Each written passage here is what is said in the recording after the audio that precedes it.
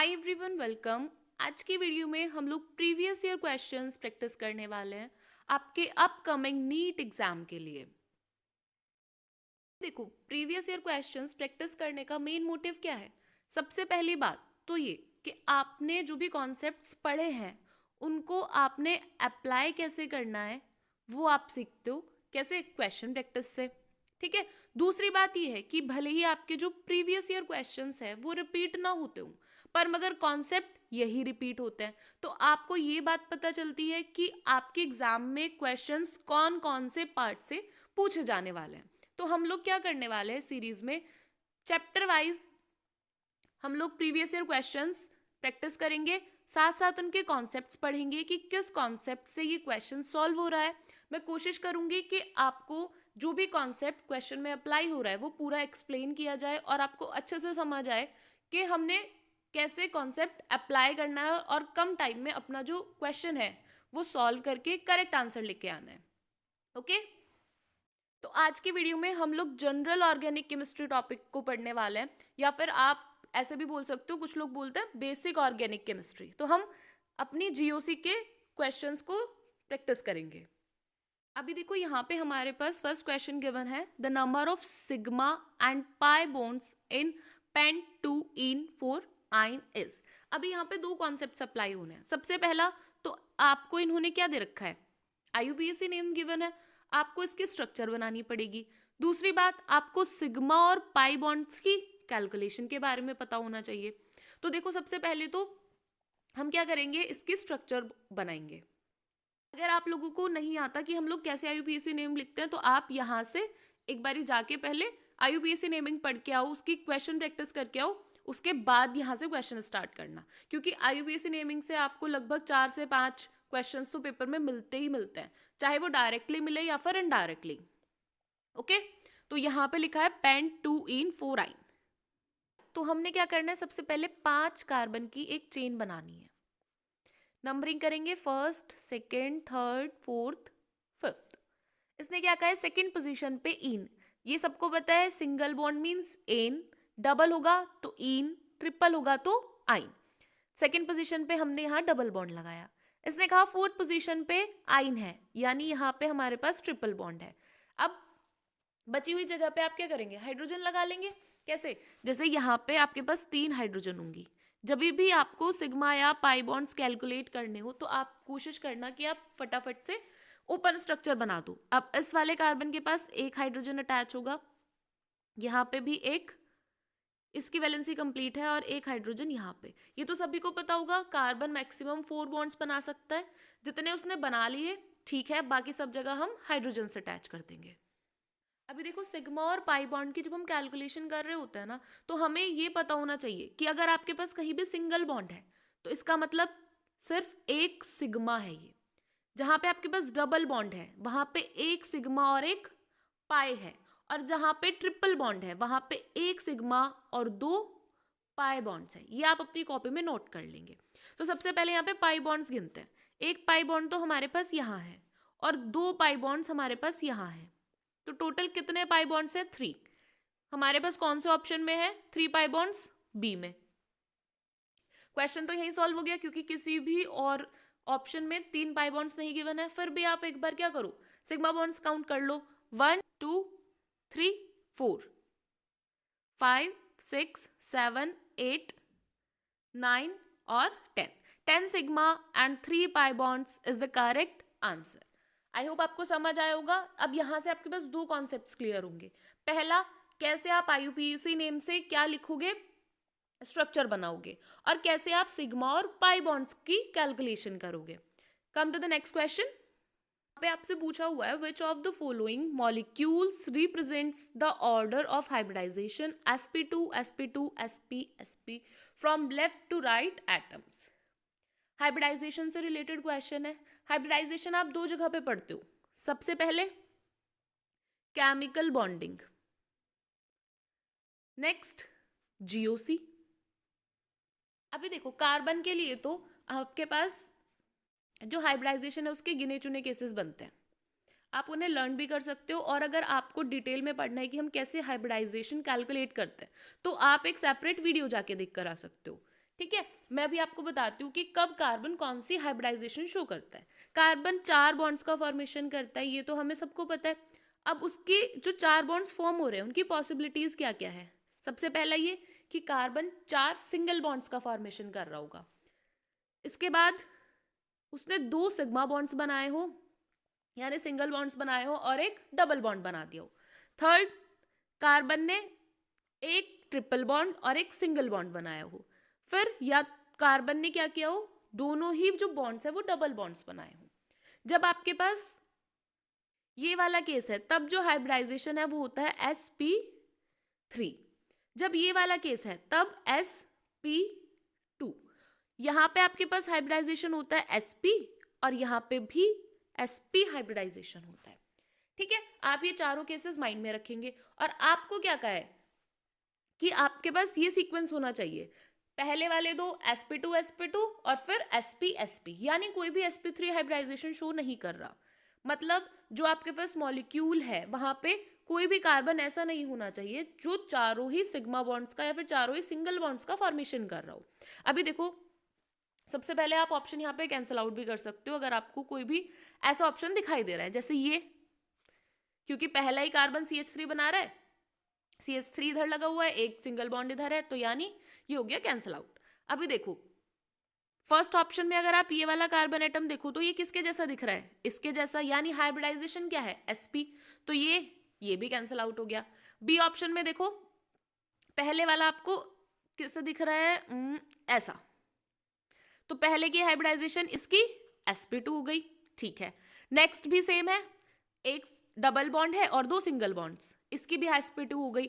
ये sp का case है और ये भी sp का केस है, तो इसीलिए हमारे पास करेक्ट ऑप्शन कौन सा हुआ, बी। सी भी हमारे पास कैंसिल आउट हो गया। ऐसे हमने क्या देखनी है, हाइब्रिडाइजेशन। कभी भी ऐसा नहीं होता कि हाइब्रिडाइजेशन पे बेस्ड क्वेश्चन पेपर में ना आए, तो आप इसको ध्यान से सही से प्रैक्टिस करके जाएंगे। ठीक है, आई होप आपको ये समझ आया होगा। Let's move on to the next question. अभी देखो ये क्वेश्चन क्या कह रहा है, the total number of pi bond electrons in the following structure is. हमारे पास स्ट्रक्चर गिवन है और ये पूछा है कि पाई बॉन्ड इलेक्ट्रॉन्स कितने हैं। पहले तो आपने क्वेश्चन सही से पढ़ना है। इसने पूछा है पाई बॉन्ड इलेक्ट्रॉन्स, एक पाई बॉन्ड के अंदर 2 इलेक्ट्रॉन्स होते हैं, इस बात को आपने याद रखना है। कैसे हम सिग्मा और पाई बॉन्ड्स कैलकुलेट करते हैं, फर्स्ट क्वेश्चन में हम सीख के आए हैं। जहां पे सिंगल बॉन्ड है वहां पे पाई बॉन्ड्स कितने, 0। जहां डबल है वहां पे पाई बॉन्ड्स कितने, 1। और जहां कहीं भी ट्रिपल बॉन्ड है वहां पे कितने पाई बॉन्ड्स, 2। तो आपके पास सबसे पहला पाई बॉन्ड यहाँ है, फिर यहाँ सेकंड, ये थर्ड, और ये फोर्थ पाई बॉन्ड है। टोटल पाई बॉन्ड्स हैं आपके पास 4।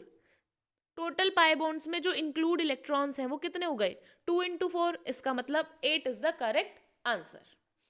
ओके, जैसे जैसे आप प्रैक्टिस करते रहोगे ना, आपकी जो स्पीड है वो बहुत ज़्यादा इंप्रूव हो जाएगी और आपको इतना ज़्यादा टाइम नहीं लगेगा। अभी तो आप पहली या दूसरी बार क्वेश्चंस को ऐसे देख रहे होंगे तो आपको थोड़ा सा हो सकता है कि टाइम कंज्यूमिंग लगे, पर मगर जब आप प्रैक्टिस कर लोगे ना तो आप बहुत जल्दी क्वेश्चन सॉल्व करने लगोगे। यहाँ पे गिवन है द स्टेट ऑफ हाइब्रिडाइजेशन, फिर से हाइब्रिडाइजेशन से रिलेटेड क्वेश्चन है। आपको कार्बन का नंबर बताया हुआ है C2 C3 C5 C6, यानी फर्स्ट का, सेवंथ का, फोर्थ का, इनका हमें कैलकुलेट नहीं करना। हाइड्रोकार्बन, ठीक है। आपसे एक तो सेकंड पूछा है, थर्ड, फिफ्थ और सिक्स्थ। अभी पीछे मैंने बताया था, फिर से देख लो। अगर ऐसा सीन है तो हाइब्रिडाइजेशन sp, और अगर ऐसा सीन है तो sp2, ऐसा है तो भी sp, और अगर 4 सिंगल बॉन्ड्स हैं तो sp3। अब यहाँ पे क्या क्या सीन है, सेकंड वाला ये किसके जैसा दिख रहा है आपको, इसके जैसा, तो जो सेकंड है उसके लिए sp हो गया, ये वाला ऑप्शन हो गया कैंसिल। आपको ये भी करना है कि जो आपके ऑप्शन है उनको कैंसिल करते हुए चलना है। ठीक है, आप सीधी सीधी चढ़ो या फिर दूसरी साइड से चलो, आपने पहुंचना तो किनारे पे ही है। आपका मोटिव है सही आंसर ढूंढना, चाहे आप पहले सारे गलत निकाल दो, चाहे आप सीधा सही पे पहुंच जाओ। फिर इसने क्या कहा है, थर्ड, पहले सिक्स्थ देख लो। सिक्स्थ यहाँ पे साफ साफ दिख रहा है sp3 हाइब्रिडाइजेशन है, तो ये वाला ऑप्शन कैंसिल आउट हो गया। अभी देखो यहाँ पे ये जो फिफ्थ है ये तो दोनों में सेम है, तो हम डिफरेंस नहीं निकाल पाएंगे। हमें क्या करना है, थर्ड कार्बन को देखना है। थर्ड कार्बन में क्या सीन है भाई, ये sp3। अभी कुछ लोगों को क्या दिख रहा होगा कि सिर्फ 3 सिंगल बॉन्ड्स है, नहीं, ये जो हाइड्रोजन है ये भी तो कार्बन के साथ बॉन्ड बना रहा है, ये वाला, है ना। तो आपके पास क्या हो गया, यहाँ पे sp3 हाइब्रिडाइजेशन होगा और करेक्ट आंसर ये हो गया कैंसिल आउट। ऐसे ही इसका सही आंसर कौन सा हुआ, डी ऑप्शन। हाइब्रिडाइजेशन से रिलेटेड क्वेश्चन तो आपको एग्जाम में डेफिनेटली मिलने वाला है। देखो नेक्स्ट क्वेश्चन में क्या गिवन है, which of the following possess sp carbon in its structure. मतलब आपको ऐसे स्ट्रक्चर ढूंढनी है जहां पे जो कार्बन एटम है, कोई एक कार्बन एटम sp हाइब्रिडाइजेशन रख रहा हो। sp हाइब्रिडाइजेशन कब कब हो सकता है, या तो कोई carbon 2 pi bonds double bonds बना रहा हो, या तो कोई कार्बन एक ट्रिपल बॉन्ड और एक सिंगल बॉन्ड बना रहा हो। अगर हम ये लास्ट वाला ऑप्शन देखें तो यहाँ पे हमें कोई भी कार्बन ऐसा नहीं दिख रहा जिसने एक भी ट्रिपल बॉन्ड बनाया हो या फिर 2 डबल बॉन्ड्स बनाए हों। ऐसा कहाँ पे दिख रहा है, यहाँ पे भी ऐसा नहीं है, यहाँ पे भी नहीं है, सिर्फ यहीं पे है ऐसा। ये वाला जो कार्बन है इसने क्या किया हुआ है, इधर भी एक डबल बॉन्ड का फॉर्मेशन, इधर भी एक डबल बॉन्ड का फॉर्मेशन। तो इस वाले ये जो मिडल में कार्बन है इसकी हाइब्रिडाइजेशन है sp, इस वाले की कितनी है sp2। दोनों ही कार्बन की sp2 है और ये जो बीच में कार्बन है इसकी हाइब्रिडाइजेशन है sp। नेक्स्ट गिवन है the structure of isobutyl group in an organic compound is. ये तो आप जीओसी में पढ़ते ही हो, आइसोब्यूटाइल कब होगा, जब कोई भी CH3 ग्रुप ऐसे एक कार्बन एटम के साथ अटैच होंगे। कहाँ पे दिख रहे हैं आपको, ये रहा सी ऑप्शन। तो आपके पास आइसोब्यूटाइल ग्रुप कहाँ है, सी ऑप्शन में है, इसकी वजह से, ठीक है। नेक्स्ट गिवन है structure of compound whose IUPAC name is.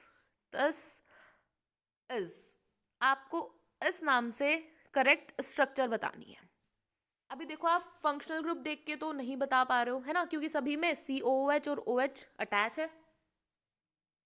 इन्होंने कहा है 3 इथाइल 2 हाइड्रोक्सी, यानी ये जो OH ग्रुप है ये सेकंड पोजीशन पे है, 3 इथाइल थर्ड पोजीशन पे है, हमारे पास एक CH3 ग्रुप, मिथाइल इथाइल नहीं C2H5 group, 4 methyl fourth position पे भी आपके पास मिथाइल ग्रुप है, यानी CH3,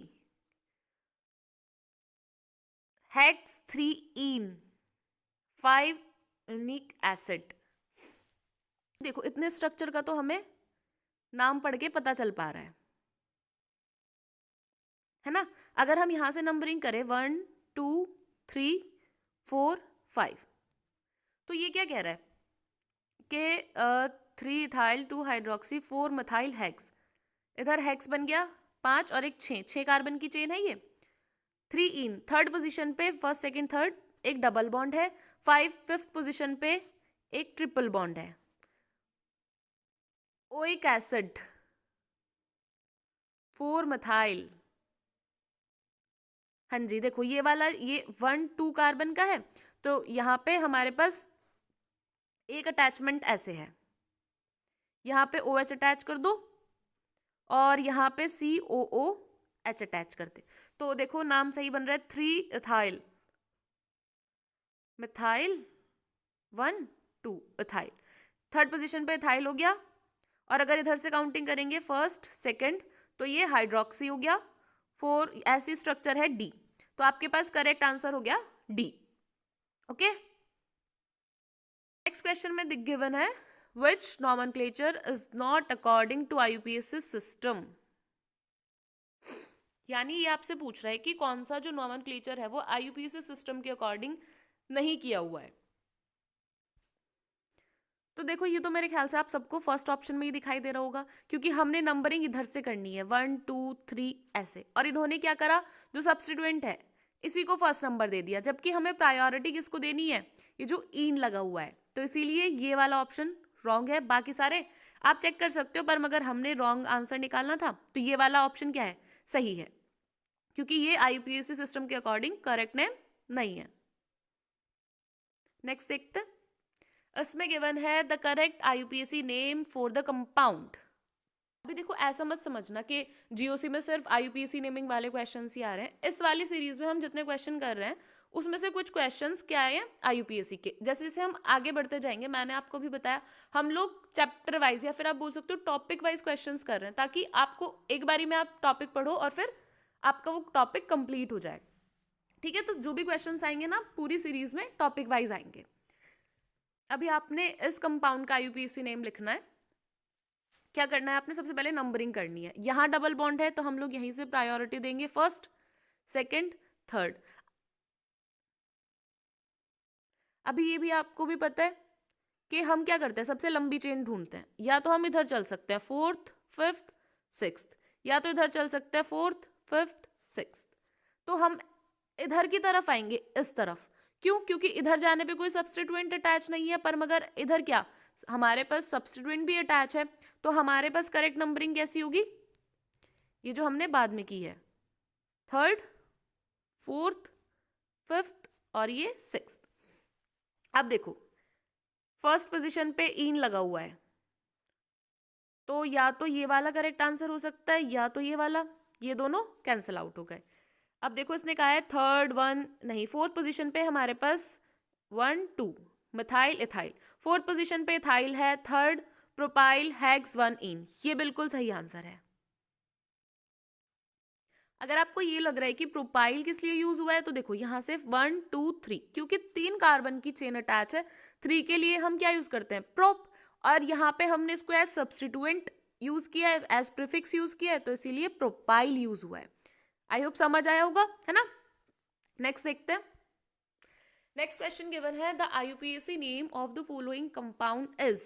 आपको फिर आईयूपीएसी नेम बताना है। नाम है ना आपको वो देखो सिस और ट्रांसफॉर्म में दिए हुए हैं। अब ये सिस और ट्रांसफॉर्म कैसी होती है, तो जनरली ये वाला जो है ना आपको सीन एल्कीन्स में देखने को मिलेगा। एल्कीन्स में कैसा, ऐसी स्ट्रक्चर होती है। एल्केन में या एल्काइन में आपको देखने को नहीं मिलेगा। आपको क्या करना है, जैसे आपके पास ग्रुप्स अटैच हैं, आपने इधर ए अटैच करा, यहाँ पे बी अटैच किया, अब आपको इधर भी ए बी ही अटैच करना है, यहाँ पे और यहाँ पे बी अटैच कर दिया। तो साफ साफ बात आपने सिर्फ इतनी याद करनी है कि अगर सेम प्रायोरिटी के ग्रुप्स सेम साइड पे हैं तो वो सिस फॉर्म है, और अगर सेम प्रायोरिटी के ग्रुप्स डिफरेंट साइड्स पे हैं, देखो इस तरीके से, जैसे आप यहाँ पे बी अटैच कर दो और यहाँ पे बी, यहाँ ए और यहाँ ए। अब ये सेम प्रायोरिटी के ग्रुप्स क्या है, डिफरेंट साइड पे हैं, तो इसको हम क्या कहते हैं, ट्रांस कहते हैं। समझ आया? देखो क्वेश्चन में क्या गिवन है, हमने क्या करना है, सिस और ट्रांस के फॉर्म में बताना है। अब एक तरफ तो आपके पास CH3 अटैच है, चारों ही ग्रुप्स डिफरेंट है, कोई बात नहीं, हमने इनकी प्रायोरिटी देखनी है। आपने क्या करना है, जो प्रायोरिटी टेबल है आपकी बुक में, एक बार आप उसको देख लेंगे। ठीक है, आपके पास जो प्रायोरिटी है वो ऐसे है, CH3 की फर्स्ट, और ये क्लोरीन लोअर प्रायोरिटी का है, इधर आयोडीन लोअर का है, इधर ये हायर प्रायोरिटी का है। तो ये जो सेम प्रायोरिटी के ग्रुप्स है ये डिफरेंट साइड्स पे हैं, तो इसीलिए आंसर कैसा होगा, ट्रांस वाला। तो ये तो कैंसिल आउट हो गया, ये भी कैंसिल आउट हो गया। अब ये कह रहा है 2 क्लोरो 3 आयोडो 2 पैंटीन, क्योंकि ये डबल बॉन्ड है तो हम काउंटिंग इधर से करेंगे, first, second, third, fourth, fifth, counting में तो आपको कोई प्रॉब्लम है ही नहीं। हमें पता है हमें डबल बॉन्ड को प्रायोरिटी देनी है, तो सेकंड पोजीशन पे क्लोरो है, यहाँ थर्ड पे आयोडो है, ठीक है, पर 3 पैंटीन नहीं। अगर आप इधर से काउंटिंग करोगे तो 3 पैंटीन बैठेगी, गलत हो जाएगा क्वेश्चन। हमें क्या करना है, जो डबल बॉन्ड है या ट्रिपल बॉन्ड है उसको प्रायोरिटी देनी है, तो इसीलिए आपके पास फर्स्ट ऑप्शन करेक्ट हो जाएगा। नेक्स्ट क्वेश्चन में आपको गिवन है कुछ स्ट्रक्चर्स और पूछा है which of the given compounds can exhibit tautomerism. Tautomerism में आपको पता ही है क्या होता है, कीटो इनोल फॉर्म का फॉर्मेशन होता है। कीटो से इनोल बनती रहेगी, इनोल से कीटो फॉर्म बनती रहेगी, जहां पे भी ऐसा हो रहा होगा वहां पे आपको क्या कह देंगे कि टोटोमेरिज्म हो रहा है। अब आपको पता कैसे चलेगा, जहां भी आपको हाइड्रोजन का माइग्रेशन दिखाई दे रहा हो, है ना, हाइड्रोजन और डबल बॉन्ड्स का जहां पे भी माइग्रेशन हो रहा होगा वहीं पे कीटो इनोल फॉर्म का फॉर्मेशन हो सकता है। देखो यहाँ पे है, यहाँ पे भी है और यहाँ पे भी है, हाइड्रोजन भी प्रेजेंट है और डबल बॉन्ड ओ भी, तो ये वाला जो आंसर है बी करेक्ट है, क्योंकि सभी के सभी क्या कर सकते हैं, कीटोइनोल फॉर्म में कन्वर्ट हो सकते हैं, और सबके सब क्या कर रहे हैं, टोटोमेरिज्म एग्जिबिट कर रहे हैं। ठीक है। नेक्स्ट क्या गिवन है, which among the given molecules can exhibit tautomerism. देखो टोटोमेरिज्म से भी आपके पास डेफिनेटली क्वेश्चन पेपर में मिलना ही मिलना है। ओके तो आप इसको भी पढ़ के जाएंगे। मैं आपको ना एक फॉर्म बना के भी दिखा देती हूँ कीटोइनोल की, सो दैट आपको और ज्यादा क्लियर हो जाए। ये ऐसे गिवन है, यहाँ पे डबल बॉन्ड O है। जब आप इसकी इनोल फॉर्म बनाओगे तब क्या होगा, देखो आपको पता है यहाँ पे एक हाइड्रोजन अटैच है ना। तो ये हाइड्रोजन यहाँ से मूव करके कहाँ चली जाएगी, ऑक्सीजन के पास, और ये जो डबल बॉन्ड है ये ब्रेक डाउन होके इधर आ जाएगा ऐसे, यहाँ पे OH हो जाएगा और यहाँ पे क्या होगा, डबल बॉन्ड का फॉर्मेशन हो जाएगा। जहां पे भी आपको कीटोइनोल फॉर्म कई बार ऐसे दिया जाता है, दो मॉलिक्यूल्स दे देंगे और बोलेंगे कि ये कौन कौन से मॉलिक्यूल एक दूसरे के टोटोमर्स हैं। जहां पे भी आपको हाइड्रोजन और डबल बॉन्ड का माइग्रेशन दिखाई दे, वहीं पे आप क्या कह दोगे कि ये दोनों एक दूसरे के टोटोमर्स हैं, अदरवाइज नहीं है। आई होप समझ आया होगा। तो हमने क्या देखना है, कौन कौन सा ऐसा कर सकता है। तो इस वाले में तो पॉसिबिलिटी नहीं है ना, क्योंकि हाइड्रोजन नहीं है इसके पास। तो ये वाला भी नहीं कर सकता, क्योंकि देखो इधर तो फिनाइल ग्रुप से अटैच है, हाइड्रोजन नहीं है। यहाँ पे आपके पास हाइड्रोजन है, पर मगर ये भी किस लिए कैंसिल हुआ, क्योंकि जो हाइड्रोजन एटम है जो ब्रिज कार्बन पे प्रेजेंट है वो टोटोमेरिज्म में पार्टिसिपेट नहीं करती। यहाँ पे पॉसिबल है क्योंकि यहाँ पे हाइड्रोजन है इस जगह पे, तो इसीलिए आपके पास only third option correct answer होगा। आई होप आपको समझ आया होगा, कॉन्सेप्ट्स क्लियर हुए होंगे। ऐसा नहीं है कि अभी जीओसी के सारे क्वेश्चंस कंप्लीट हो गए या फिर सारे टॉपिक्स कंप्लीट हो गए। आज के वीडियो में हम लोग ने 3 टॉपिक पढ़े हैं, एक IUPAC नेमिंग, इसके अलावा टोटोमेरिज्म, और इसके अलावा हमने हाइब्रिडाइजेशन पढ़ा है, और सिग्मा और पाई बॉन्ड की कैलकुलेशन भी पढ़ी है। जो बचे हुए क्वेश्चंस हैं हम वो क्या करेंगे, नेक्स्ट सीरीज में कंटिन्यू करेंगे। आई होप आपको समझ आया होगा, वीडियो आप लोगों के लिए हेल्पफुल रही होगी। ऐसे ही हम लोग कीप लर्निंग।